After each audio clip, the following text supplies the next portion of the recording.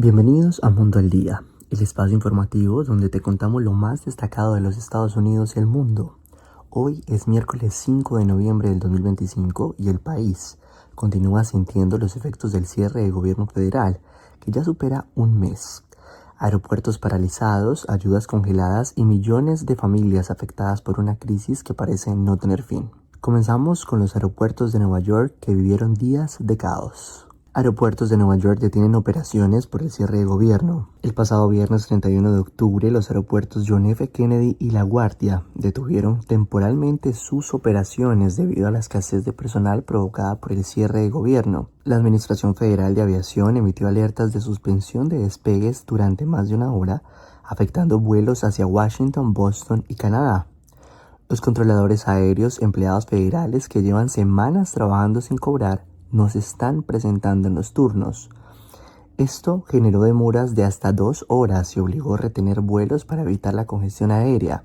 La Agencia de Gestión de Emergencias de Nueva York explicó que el aeropuerto John F. Kennedy solo pudo recibir 36 vuelos por hora, una reducción drástica para uno de los más transitados del país. El cierre, que ya cumple 31 días, amenaza con convertirse en el más largo de la historia moderna de Estados Unidos.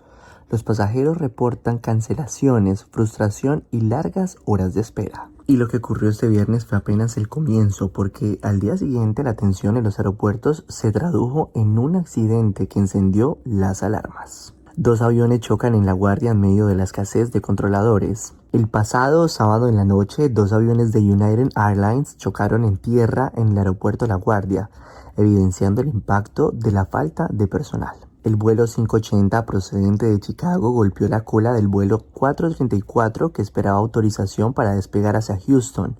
No hubo heridos, pero el vuelo fue cancelado y todos los pasajeros debieron ser desalojados. El incidente ocurrió en medio de una jornada caótica marcada por el viento, los retrasos y la sobrecarga de trabajo en las torres de control.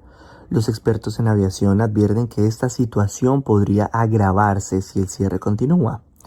Ya se habla de un riesgo real para la seguridad aérea si los controladores comienzan a ausentarse masivamente, como ocurrió en el cierre del 2018 y 2019. Y mientras el tráfico aéreo sufre las consecuencias del cierre, otro sector clave para las familias estadounidenses empieza a derrumbarse: el sistema de salud.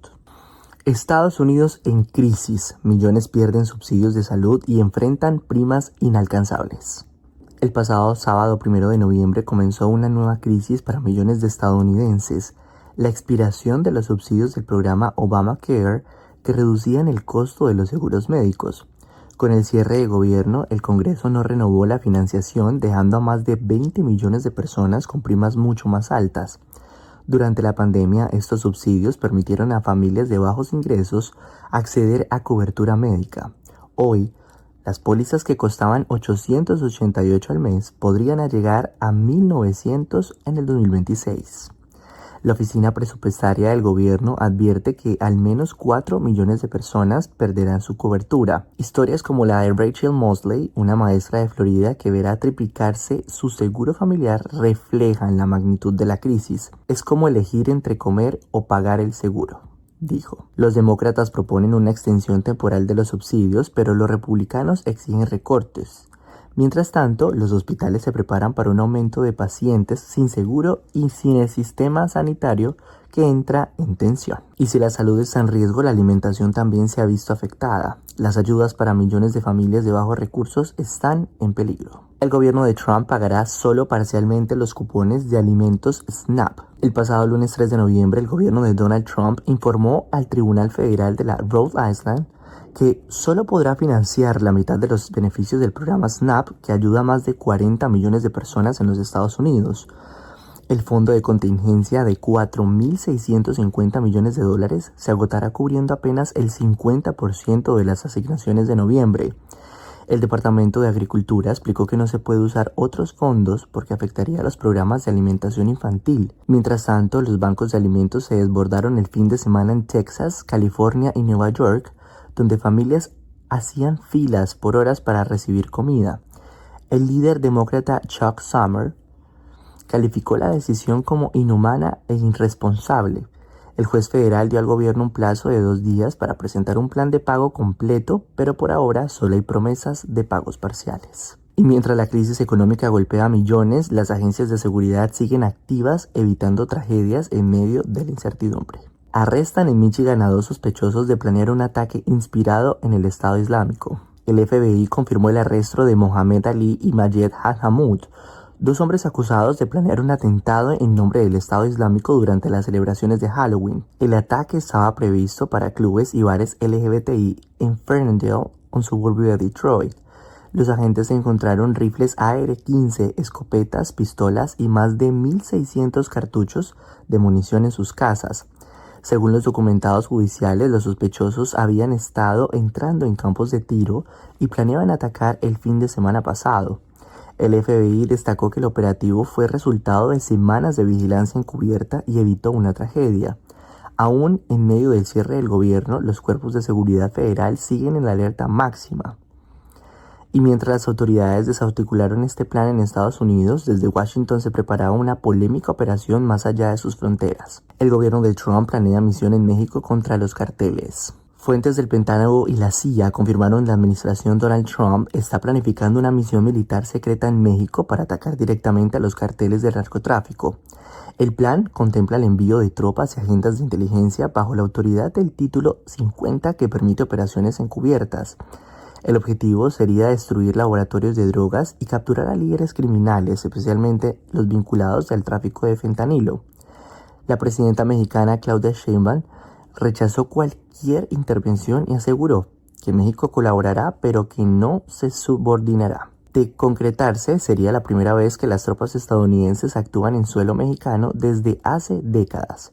Una noticia que ya provocó reacciones mixtas en el Congreso estadounidense, donde algunos ven la medida como necesaria y otros la consideran una amenaza diplomática. Y mientras las tensiones diplomáticas crecen, México vivió un nuevo episodio de violencia política durante las celebraciones del Día de los Muertos. Ultiman a balazo a un alcalde de Michoacán durante el Día de los Muertos. El pasado 1 de noviembre, el alcalde de Uruapan, Carlos Alberto Manzo Rodríguez, fue asesinado a balazos mientras participaba en el Festival de las Velas, una de las actividades centrales del Día de los Muertos en Michoacán.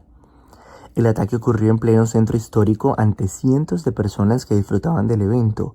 Las imágenes difundidas en redes sociales muestran el momento de pánico donde turistas y residentes corrían buscando refugio.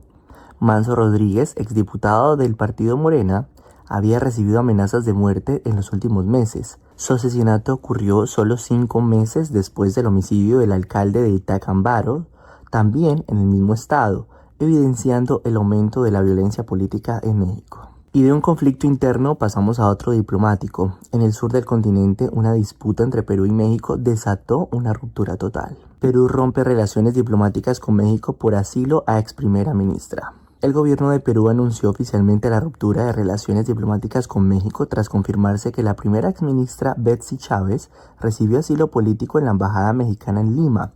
Chávez es considerada coautora del intento de golpe de estado del presidente Pedro Castillo y enfrenta cargos por traición y abuso de poder. El canciller peruano Hugo de Sela calificó el asilo como una afrenta a la soberanía nacional, mientras la presidenta mexicana Claudia Sheinbaum defendió su decisión argumentando razones humanitarias. La ruptura incluye el retiro de embajadores, la suspensión de acuerdos bilaterales y la cancelación de varios programas de cooperación. La crisis política de Perú se agrava tras la destitución de Diana Baularte, el presidente interino José Geri, que enfrenta protestas y altos índices de criminalidad. La OEA pidió calma y diálogo, pero las tensiones diplomáticas entre México y Perú ya son un hecho. Y mientras la política divide naciones, la naturaleza vuelve a recordar su poder en Asia. Terremoto de magnitud 6.3 deja 20 muertos y más de 260 heridos en Afganistán. El pasado lunes en la madrugada, un terremoto de magnitud 6.3 sacudió el norte de Afganistán, dejando al menos 20 muertos y más de 260 heridos. El epicentro se registró cerca de Kuldum y el sismo se sintió con fuerza en la capital de Kabul. Casas enteras colapsaron en cuestión de segundos y las familias salieron corriendo a las calles en plena oscuridad. Equipos de rescate locales y voluntarios trabajan sin descanso, aunque los medios informan que muchas zonas siguen incomunicadas. La histórica mezquita azul de Mazar-e-Sharif sufrió daños leves. El gobierno talibán pidió ayuda internacional, pero la respuesta hasta ahora ha sido limitada. Las organizaciones humanitarias temen que el frío extremo complique aún más la situación a los damnificados. Y mientras Asia intenta recuperarse del desastre, el Caribe enfrenta la devastación dejada por el huracán más poderoso de la temporada. Colombia envía 240 toneladas de ayuda humanitaria a Cuba tras el huracán Melissa. El pasado lunes el buque ARC Victoria zarpó desde Cartagena de Indias con más de 240 toneladas de ayuda humanitaria destinadas a Cuba tras el paso del huracán Melissa. La carga incluye alimentos, agua, medicinas y combustible, coordinada por la UNGRD y la Armada de Colombia. El huracán, con vientos de hasta 200 km por hora, cruzó la isla del suroeste a noroeste, dejando comunidades incomunicadas y enormes pérdidas en agricultura y vivienda. El gobierno colombiano, encabezado por Gustavo Petro, destacó que esta operación reafirma la solidaridad con los pueblos del Caribe. El material será distribuido en las provincias más afectadas como Granma, Holguín y Las Tunas. Se estima que las pérdidas superan los $1.000 millones, aunque aún no se reportan víctimas mortales. Y mientras Cuba recibe ayuda, otra isla del Caribe intenta levantarse tras sufrir el impacto directo del mismo fenómeno. La cifra de muertos por el huracán Melissa sube a 28 en Jamaica. El pasado domingo 2 de noviembre, el gobierno de Jamaica confirmó que la cifra de fallecidos por el huracán Melissa aumentó a 28 personas. El oeste de la isla quedó devastado. Distritos como Saint Elizabeth y Westmoreland fueron arrasados por vientos y lluvias torrenciales. El primer ministro Andrew Holness declaró estado de emergencia y pidió ayuda internacional. Carreteras destruidas, hospitales dañados y miles de hogares reducidos a escombros muestran la magnitud del desastre. Organismos de rescate locales junto con brigadas internacionales trabajan día y noche para rescatar sobrevivientes y llevar comida a los refugiados. La reconstrucción, según expertos, tomará meses y costará millones de dólares. Inundaciones podrían transformar Nueva York en menos de 60 años. Un estudio de New York Times advierte que hasta el 30% del territorio de Nueva York podría quedar bajo el agua antes del año 2080, afectando a 1.4 millones de residentes. El aumento del nivel del mar, las lluvias intensas y la erosión costera ponen en riesgo barrios como Staten Island, Red Hook, Queens y el Bajo Manhattan. El Departamento de Protección Ambiental impulsa proyectos para mitigar los efectos: tanques subterráneos de almacenamiento, jardines de lluvia, pavimentos permeables y defensas costeras. Pero los expertos advierten que las obras actuales son insuficientes. La arquitecta Kate Orth planea que la verdadera solución pasa por restaurar los ecosistemas naturales que la urbanización destruyó. El futuro de Nueva York dependerá de su capacidad de adaptarse en la nueva realidad climática. Sin acción inmediata, partes de la ciudad podrían volverse inhabilitables antes de fin de siglo. Hasta aquí Mundo al Día, este miércoles 5 de noviembre del 2025. Si quieres más información sobre esta y otras noticias, visita mundoaldia.net. Les habló Mateo Huertas.